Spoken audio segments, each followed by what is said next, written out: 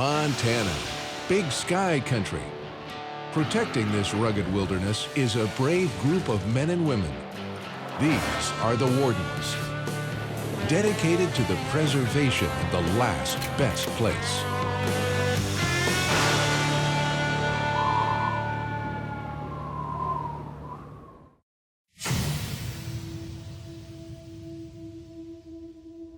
In Montana's Region 7, state game wardens prep for a poaching sting.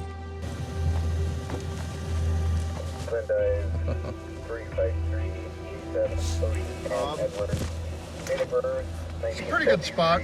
We'll be sitting a little far away in the vehicles, but... Warden Jim Miller wants to stop illegal shooters. What's that? Where are you going to put it at? We'll be down here another mile or so. Okay. So, follow me. Sweet. Is it ready to set up? Well, it's all tied up, but if you want, we can untie it. Dang it.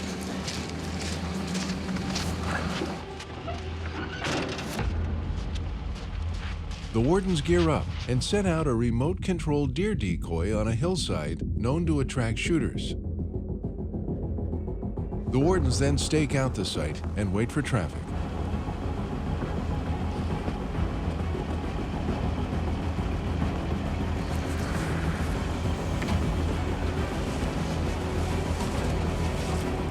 Miller controls the decoy. Warden Steve Marks watches for illegal activity.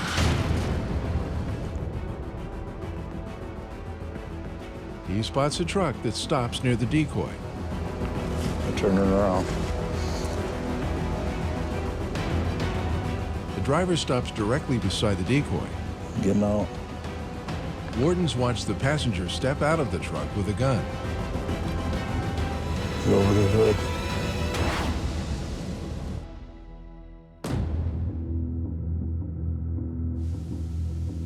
Over in Region 2, Warden Joe Cambick patrols back roads. He gets a distress call. I can. What's going on?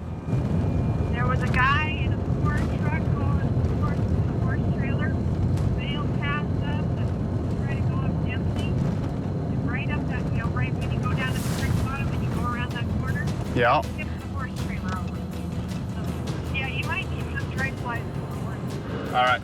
The caller reports a truck crash involving a horse trailer. She says there are still horses inside the trailer. Thank you. Right.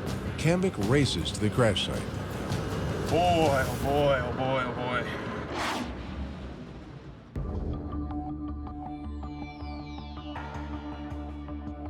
boy. Over in Region 5, Warden Kevin Holland takes a tip call.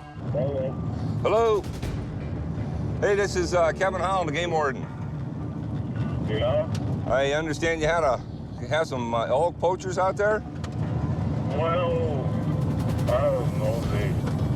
The neighbor went down and talked. The caller reports watching elk hunters trespass on the property next door. Okay. I'm at the monument of Pompey's Pillar, so I'll be there in about 2 or 3 minutes. The warden responds to the caller's house. Good morning. Morning. There, you go just past that old house. Okay. And the barn, there's a driveway. Okay. They shot it down that field. They went to scrambling around and drug it up the coulee. Why would they drag it up the coulee? I don't know. Whose land is the cornfield? The landowner says he watched trespassers shoot an elk on private property. Okay. And whose land did they drag it onto? I don't know. Something just don't look good. You're right. Well, we'll go see what they have to say. Okay. Appreciate it. It's very unusual that a person would shoot an elk, throw a chain on it, and drag it from one field to another before you field dress it. The warden wants answers.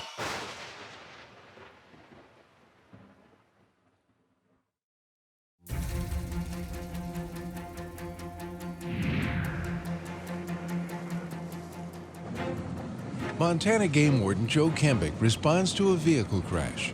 A witness reported a horse trailer tipped with horses inside. Kambick discovers the victims walking the road. The horses seem to be okay. Yes. And then I'm going to take him to the vet. You call for a tow truck. Kambick decides to turn the call over to the Montana Highway Patrol.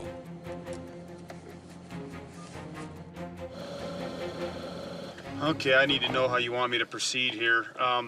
He says that he's taking care of everything, that he's called a wrecker, and a wrecker's gonna come get him out. He's got another horse trailer coming to get the horses. Do you need to come up here and investigate this before a wrecker touches it? Yeah, I do need to take a look at it. Okay. Any alcohol on board, Jim? I haven't been able to get that far yet with them, but they're right here. So I'll tell them that you're on the way, and that nobody can touch that thing until you look at it. I would like you to stay, so if there's alcohol, he can't be right after the crash, because you can there. Very good. I will stay here.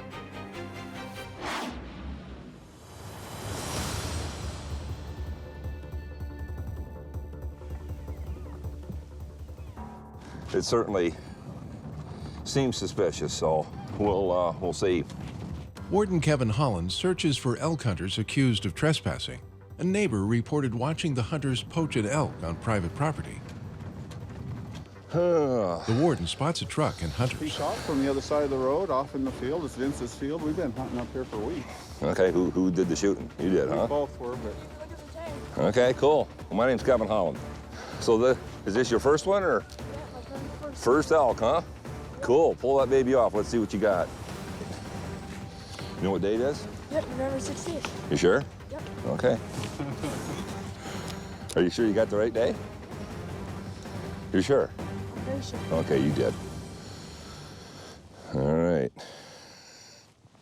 That, and I saw how you drug it up here. I was curious why you drug it so far. The hunters say they dragged the elk to an area they could properly load it into their pickup. what we drug it here for. Yeah, well, that makes sense. I can see that. Well, just to make sure I do my due diligence, I'm gonna call to make sure. If you got permission, it's not a big issue, but. They come and got 4 pictures from me just last night. Okay. So let me go back and get my clipboard and we'll write down the information. Yeah, you got it? Okay.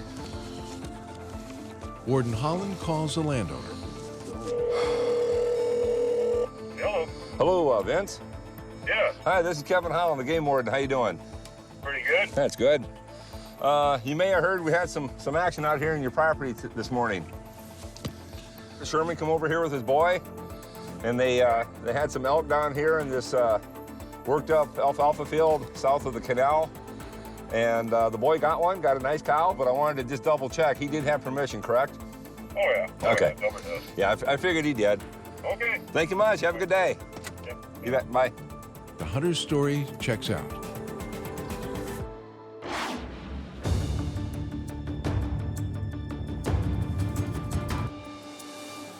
Up in Region 7, game wardens Jim Miller and Steve Marks keep an eye on a deer decoy set up in an area known for illegal shooters. Soon enough, a truck stops and the passenger jumps out, leaning over the hood with a rifle. The suspect drills the decoy. Shooting again. Both wardens try and stop the shooter. Stop the truck! Warden Marks jumps out to question the men. Warden Miller arrives to back him up. Stay in the truck for me, please. You have your hunting license handy? Okay, you're shooting off a county road. Oh, yeah. Okay. At a deer. Okay. How many times did you shoot? Twice. Twice. Okay. You're Kim, sir? Yes, sir. You have a driver's license handy? You know, I did have, but when I gave it to him this morning, I can't find it since then. He looked at it earlier. Okay. I just talked to these guys earlier today. Okay. Do you have a hunting license, sir? No. I have, yeah, I actually have the hunt license. I have the tag. That's the only tag. You just have a whitetail B license? Yes, Okay, that's the only one I okay. And he's shooting at a mule deer buck. Mule deer? Okay, there's a buck, I know. Yeah. Yeah. But nobody has a buck license in the vehicle? No, nobody here has a buck.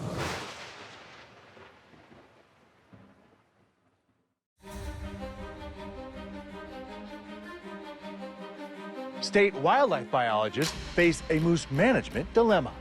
We have all these sources of information, but they don't all agree. And which ones do you trust and why?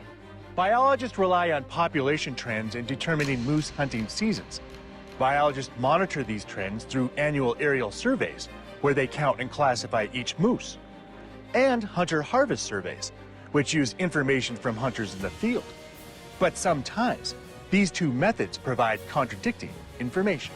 I'll come back from a great classification survey and find another 40 moose, and then hear from another hunter that they had a really tough time finding their target again this year. Now, an ongoing moose research project is hoping to verify these moose monitoring methods. We're trying to take all those different pieces of data we collect and sort of calibrate them together to really provide some information about how well the information kind of line up. Because of the cost, not all moose populations are counted from the air, but hunter-harvest data is readily available. So verifying the methods will help wildlife managers be more confident in their season settings in the future. We can take some of the data that the biologists have already collected and basically ask some of those questions already of, well, how well do these hunter statistics tell us what we're seeing when we're going out and flying for them? Researchers hope to have an answer to this dilemma in the next couple of years, which for local biologists won't come a moment too soon. I'm Winston Greeley, out among Montana's fish, wildlife, and parks.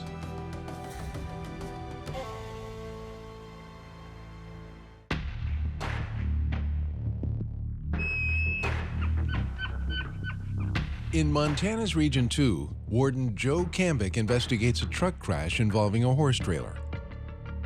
Although the driver and passenger and the horses in the trailer seem okay, the warden asks the driver to stay on site until the highway patrol arrives. There will be one of those things. Yeah, I haven't even been there yet, but that's the driver. Okay. And where's the trailer at? Up around the corner? Around the corner, right there. The state trooper wants to find out if the driver is sober. Right away, she spots beer cans and puts the driver in handcuffs. And then right here, because she wanted me to stay right here so she could, oh, he's under arrest. I think.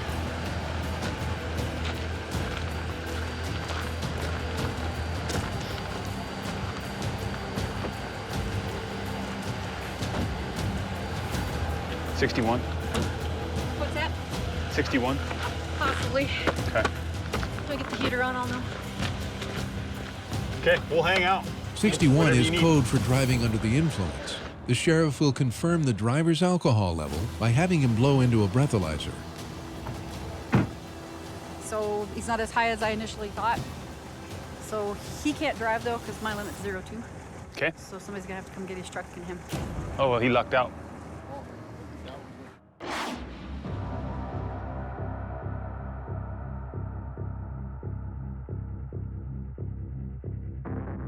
Back in Region 5, Warden Kevin Holland continues his afternoon patrol. He spots a potential problem.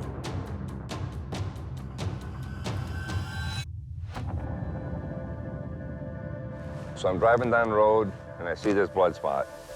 There shouldn't be any blood on the road. You know, by the time things are on the road, they should be dead and not be bleeding. You look over here, you can see where a truck pulled off to the side. If I went down the ditch, you can see a few boot prints here. Gives me an idea that it was a full-grown adult man. You know, he's got bigger size. That's probably a size 12 or something. You look over here, you can see the drag marks back and forth. So we're gonna go over here, see if we can find the actual kill site. Then we're gonna come back here and see if we can find any brass on the road and see if we can find where they shot from the road and left brass. So we'll go take a look-see.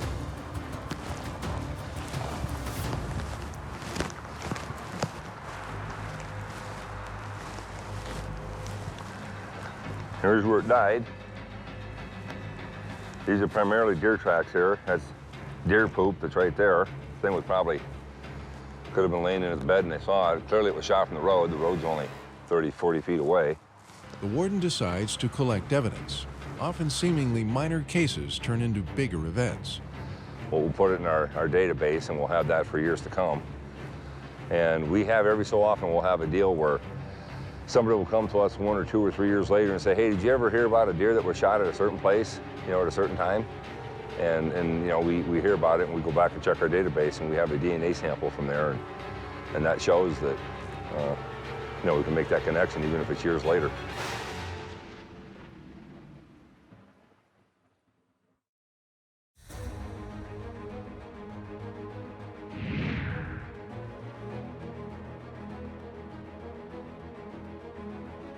In Montana's Region 7, state game wardens have a truck stopped. Moments earlier, they watched one of the men take an illegal shot at their deer decoy. But nobody has a buck license in the vehicle? No, nobody here has a buck license. Okay. I'll be right back with you guys, okay? Just stay right here and stay in the truck for me, okay? How old are you? 18? Okay. Why don't you step on out, please? The 18-year-old passenger took the shot. He does not have a license to shoot a buck. Hey, Kim, I'd like to talk to you, too. Time to get out? Yeah, come on.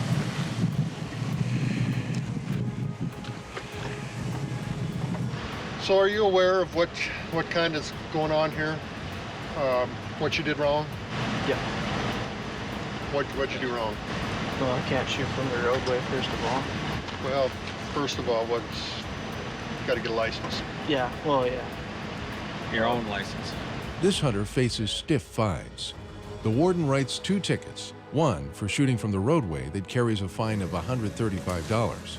The second ticket will cost the hunter $535 for shooting a buck without a proper license. And the man must pay another $50 for shooting the warden's decoy.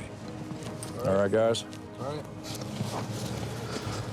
A tough lesson learned, but one that may prevent future violations.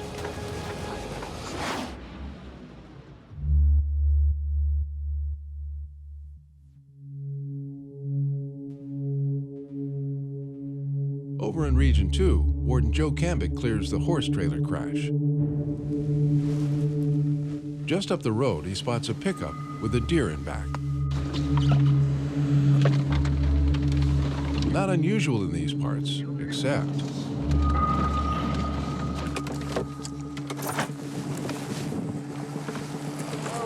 How's it going? Well, I'm 62 years old and I made a mistake today. Okay, what happened? I thought it was a big muley buck by 8 o'clock this morning, or a whitetail. It was a grizzly, and I just stepped out with the sled. Trying to this side. I saw him at 8 o'clock, and I didn't leave him, Joe. I drugged him out. You don't have a muley permit? I don't. And it's not tagged either? It is. I tagged it. Oh, it is tagged. I tagged it. I thought it was a muley. Whitey. Or a whitetail, I mean, Joe, I did. When I saw him coming through the trees there. Okay. You have your cell phone on you? I do. Did you think to call? Take the call. Did you think to call me or call? Well, that's I told Benjamin, let's just get it out here and See, it makes me a lot more suspicious when I catch you with the deer in the truck. I understand. You know, you've been hunting long enough that, I mean, that does side look like a whitetail. The other side looks like a mule deer. But what we got to go by is the tail and the wide. So, all right. Not going to crucify you on this deal, okay? But I do have to write you a ticket. That's fine. I do have to take the deer. I can do that. Okay. Yeah, I'm not gonna sit here and, I mean, it is what it is, and yeah. We'll take care of it. You got your conservation on you, John? I got everything right here. The warden writes 2 tickets for hunting without a proper license and possession of an illegally harvested animal. The fine runs $535, and the hunter could lose his privileges to hunt. Cambick will also take the deer to the local food bank. Even good people make mistakes sometimes, and they just, and maybe they don't know how to handle it, but I sure don't like that, you know. This day and age with cell phones, he gets service up there. I could have had that phone call right away, and it would have been a little bit easier on him, but as it is, I still think he's telling me the truth. He got buck fever. He looked at that one side, does kind of have the white tail look to it. So, I don't know. I'll put a good word in for him with the judge and see what she says, but I still, maybe I'm just too soft. Maybe I believe people. But he seemed like a pretty nice guy. Screwed up. Oh well, we all do it.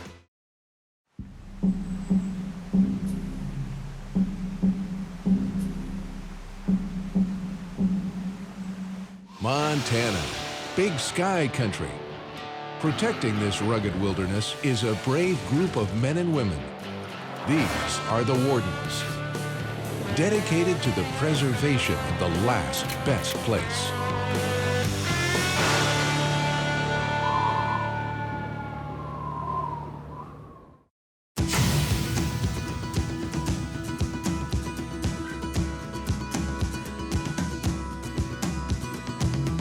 Big Sky Country, an outdoor wonderland protected by some of the best wardens in the business. Today, we honor Warden Kevin Holland as he closes the books on 26 years of serving and protecting the great state of Montana.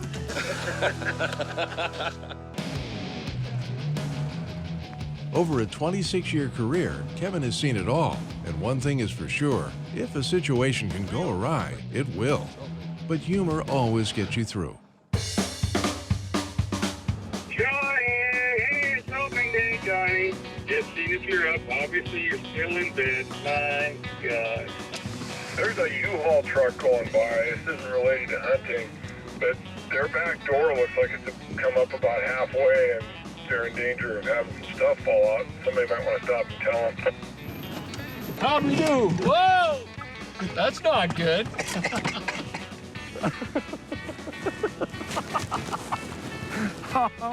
Don't do it. Oh, this is the money shot back here. That is awesome. Some guys put tape on the fence where they've killed their deer. Some guys put flagging.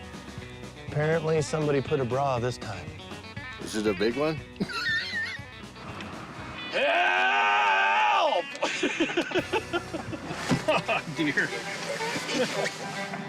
Yeah, that was, the back door was kind of a picture of a U-Haul with the door half open, half closed, and the stuff down below was actually just a photo.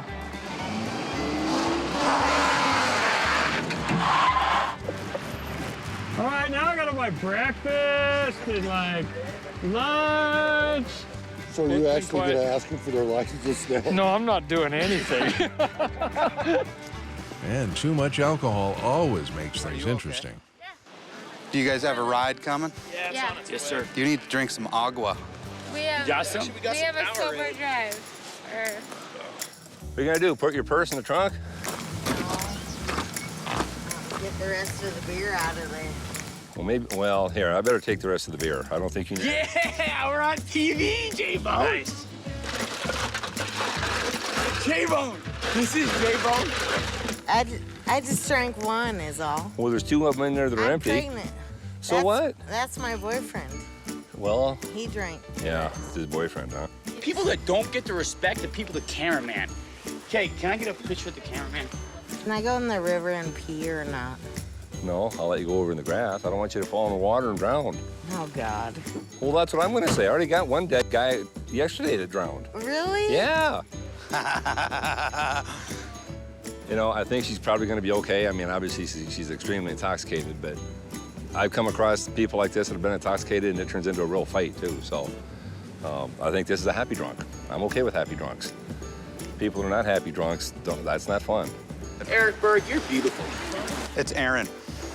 No, it's Eric. It's A-A-R-O-N. Aaron? Yeah. You're so beautiful. He called me beautiful. Well, take care, man. That's good that the neighbors come down to help out. I mean, that's good stuff when you have friends that will come out and do that for you. In Warden Holland's career, he has worked a lot of cases. On his last morning, he returns a call about an injured deer. Hello, is this Trudy? Yes. Hi, this is Kevin Holland, the game warden. How you doing?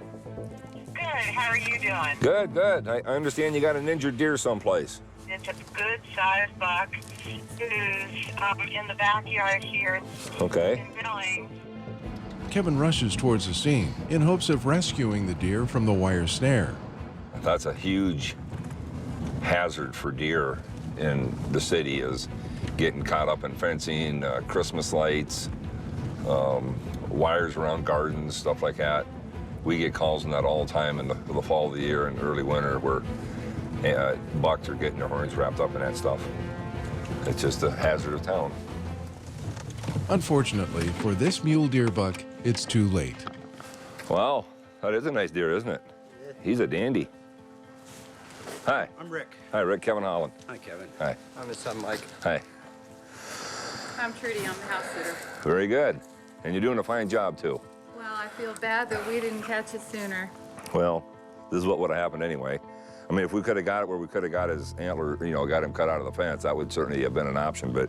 I think he actually died just by exhaustion. No, could be. And things like that. He was all caught up so much that you can kind of watch the struggle where he was, and he got himself and he kind of fell off a higher area and I think struggled down, and he was pulled up so tight. You know, he was on his back like this, and that happens. I mean, it's a danger of the city. We all got our fences and we got our stuff around the gardens and property lines, and they get caught up in it. That takes a lot to break an antler like that. That's a thick antler. This is a big deer. That's a very, very thick around the bases there. yeah, he's a very... Also, look how it's that's kind of cool. I would love to be able to say I can let you keep this, but I can see why you want it. You know, I mean, it's a nice bodied deer, and it's obviously not hurt or busted up, so it would make good meat. But we'll take him out in the country someplace, and we'll probably gut him and bring him back in, and you know, we'll have to do the work, but that's fine. We'll do the work. The buck can't be kept by the homeowner. But Kevin will take the deer to a butcher where it will be cut, wrapped, and donated to the food bank, a service the Wardens provide to help the less fortunate in their communities. I much prefer when they're gutted. That's an extra 100 pounds. Each year, more and more deer are drawn to cities and the available feeding opportunities within their boundaries. It was this apple tree that lured this buck to his demise. You want a memento? There you go. That's your trophy for the year. Thank you very much. Appreciate it. Appreciate you helping down, and we'll be in touch. Okay, take care, folks. Thank you.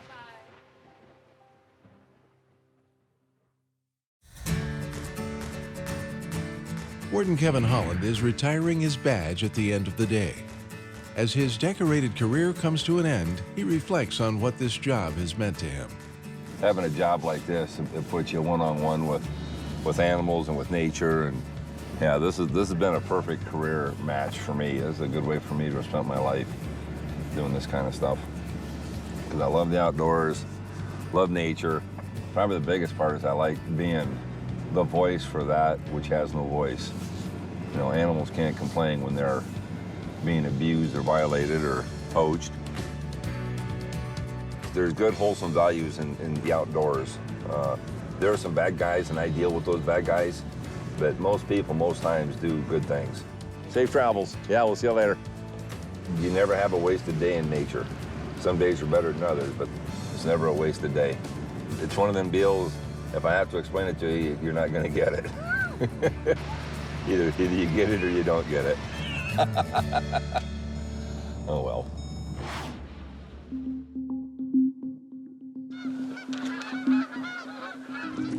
Patrolling familiar ground in Region 5, Kevin spots goose hunters just off the Yellowstone River.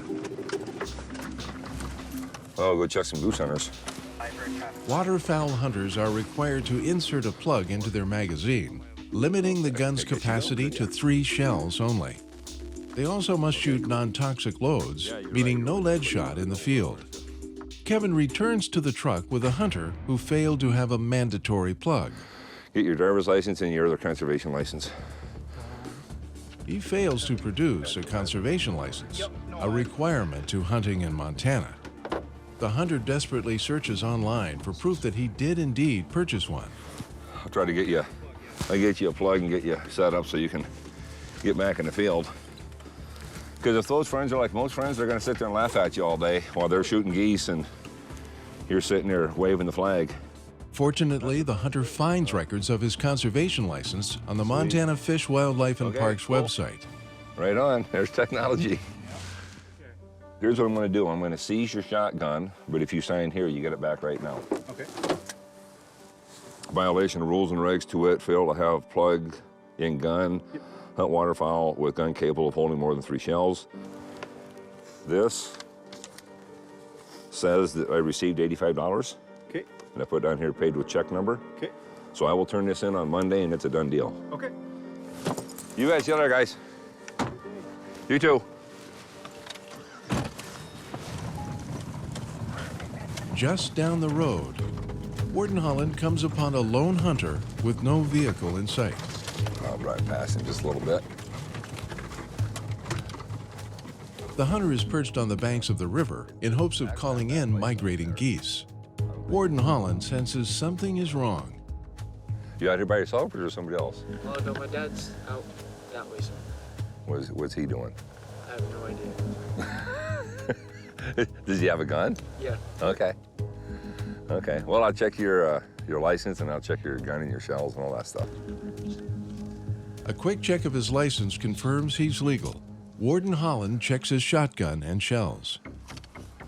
I bring good luck every time I show up, the geese show up. No more than 2 shells should be able to be loading in the magazine.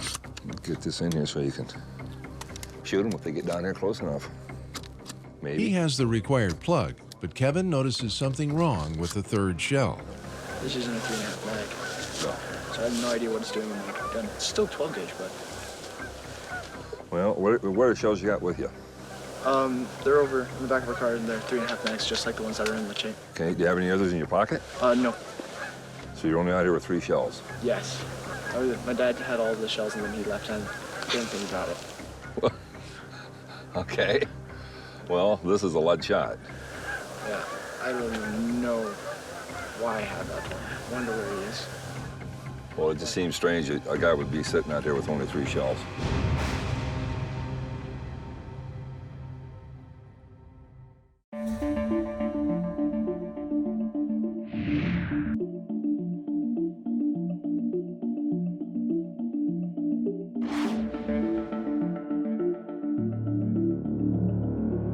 Region 5 Warden Kevin Holland is on his last day of patrol before retirement. He is checking a young hunter targeting waterfowl on the banks of the Yellowstone River. A routine shotgun check uncovers an issue with the hunter's ammunition. Well, this is a lead shot. Waterfowl hunters are directed by federal law to shoot non-lead shot. Having even 1 shell of lead is illegal. I'll just check your pockets real quick and see what else you have for shells. A quick check comes up empty. The warden needs to locate the boy's father to verify his ammunition. The boy calls his dad. While waiting for his return, Kevin tests the hunter on his knowledge of the laws. 5 per day, 15 total or something like that. Possession limit. It's not long until the father returns. My name's Kevin Holland. So, do you know how many shells you left your son with? I don't know. Okay.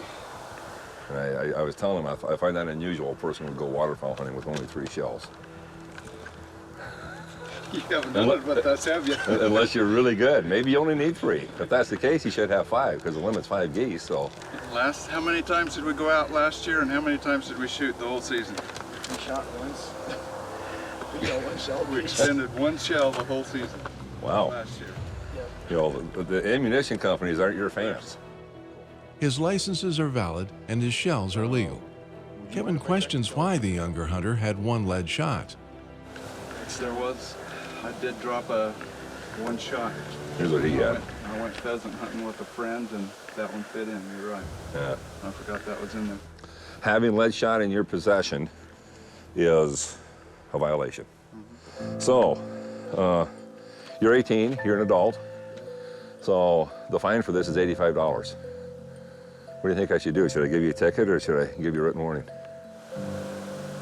Even though it was an accident, I should have checked my shots before putting them in. So.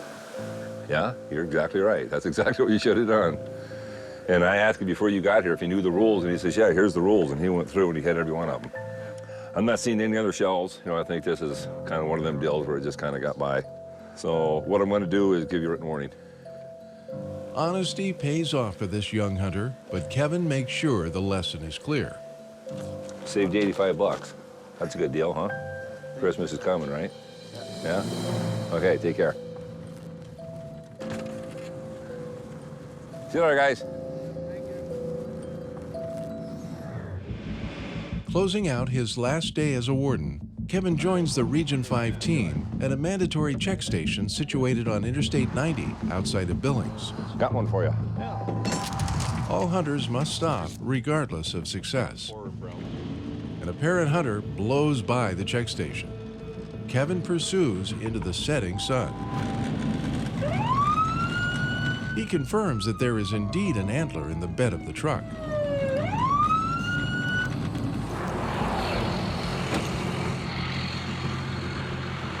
Hello. The head is from a mule deer and appears to be a more recent kill. In this colder weather by now, you should be able to, it should be froze up to some degree or being froze. So I asked her when she shot it. She said today. I asked her when specifically she shot it. She said around noon, but I don't remember when. I looked at her license. She bought the license at 12:10. I said, when exactly did you shoot the deer? She says, I don't know, around noon. I said, be more specific. Because I'm not sure. I said, you shot the deer and then you bought your license, didn't you? Well, no, I got the license first. I said, when did you shoot your deer? Well, I don't remember.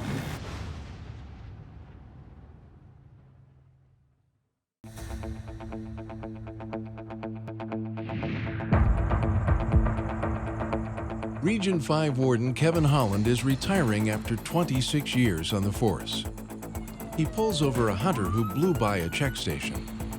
A closer look reveals a fresh kill, a suspicious situation for his last case. Since she can't recall what time she shot the deer, Warden Holland approaches her boyfriend. So she knocked it down, went in at noon, got the license, came back. He reveals that she shot the deer before she purchased the tag. So, you shot this deer and then you bought your license? Yeah. Yeah. Are you a deer hunter? Yes. How many deer have you shot? She's 18 years old. She said that she shot 4 deer. This is her 4th deer. You can't shoot a deer before you get a license. They didn't open until noon. Well, you should have had more hot chocolate or something. No, this is not good. I said, what exactly did you do? I shot it, we got it, we took it to the house and hung it up. We then went to the store, bought the license, went back, put it on the deer, then took the deer to the locker plant. Well, I'm trying to see if there's some way I can give you a break on this thing, but I don't think there is. I'm looking through to see if there's some way I can give you a break, but I think the only thing I can come back to is hunt without a license. When I told her I was going to take the deer head and we were going to go back and get the deer from the locker plant, she became extremely upset. Over here says that I am going to take that buck. Are you kidding me? Yeah, because you can't. Am I not getting it back? Correct. Awesome. So, sorry about that. No, don't worry about it. Anyway, the fine amount is $535. Had I given her a ticket for possession, it would have been an additional $500.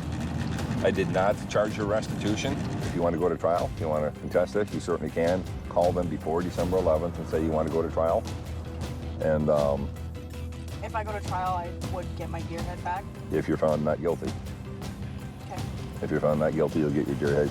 We're also going to take the deer as well. I'm going to call them. I'm going to figure out where the coal strip is. But I did give her a second citation for fail to stop at a check station. Failure to stop adds an additional $85 to her fines. Okay, thank you.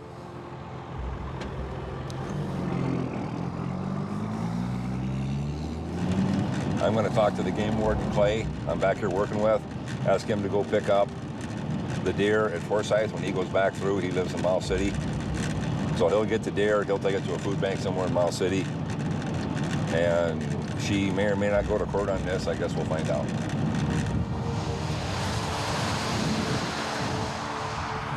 When I come home at the end of the day, I'm excited about what I did, and I had a good day. A lot of people don't want to hear about me having a good day. They're glad that I'm fighting crime, and they're glad that I'm, catching poachers. But when I get excited about writing a guy a $500 ticket or taking a deer from somebody who's purposely trying to break the law, people don't like it when cops are excited about doing a good job on a big deal. Like this person here, this young lady, she knew exactly what she was doing. She knew right from wrong. She just blew it off and decided, what's the big deal? The big deal in this case is gonna be $500, $600, almost $700 in the loss of a deer. This is the part of the job I'm gonna miss when I retire, because I love catching bad guys who purposely go out and do bad things. They know right from wrong, they know what they're doing, and they go for it anyway. Those are the guys I love to catch, and every cop loves to catch that guy.